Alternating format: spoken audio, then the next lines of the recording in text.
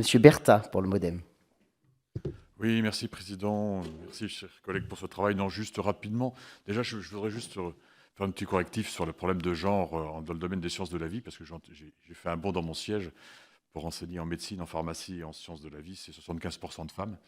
Et d'ailleurs, ça commence à se voir dans les 2 derniers prix Nobel qui nous concernent, que ce soit Charpentier ou Barré-Sinoussi, comme par hasard, ce sont des femmes.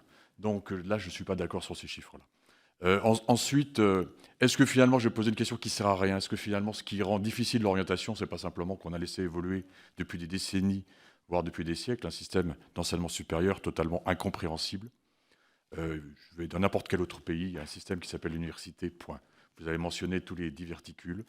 Et comment, face à ça, un conseiller d'orientation psychologue peut avoir, à un moment donné, une vraie vision de ce qui se fait dans les établissements d'enseignement supérieur, peut avoir une vraie vision de quels sont les débouchés, quels sont les métiers, en sachant que vous rajoutez à ça que toutes les maquettes d'enseignement de nos établissements d'enseignement supérieur, par définition, sont révisées et remises à plat et remises à zéro tous les 5 ans.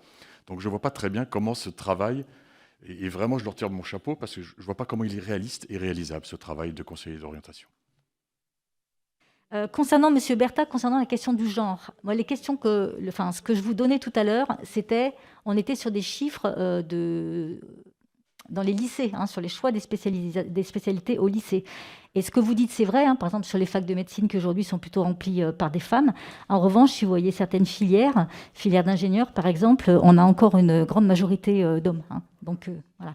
Et bien entendu, sur la question de l'intervention donc des psy-EN, eh bien, il y a un gros travail à faire, puisque comme vous le dites, tous les 5 ans, on revoit les maquettes, oui, pardon, d'enseignement. Mais ce que vous nous dites là, finalement, c'est aussi valable pour les professeurs principaux. Et on note aujourd'hui, d'ailleurs, c'est aussi une des propositions que nous avions faites, que la question des attendus, elle doit être aujourd'hui mieux définie par les lycées. Et aujourd'hui, vous voyez, les élèves nous disent que même sur Parcoursup, il y a quand même 17 000 formations qui sont proposées sur Parcoursup, donc c'est énorme.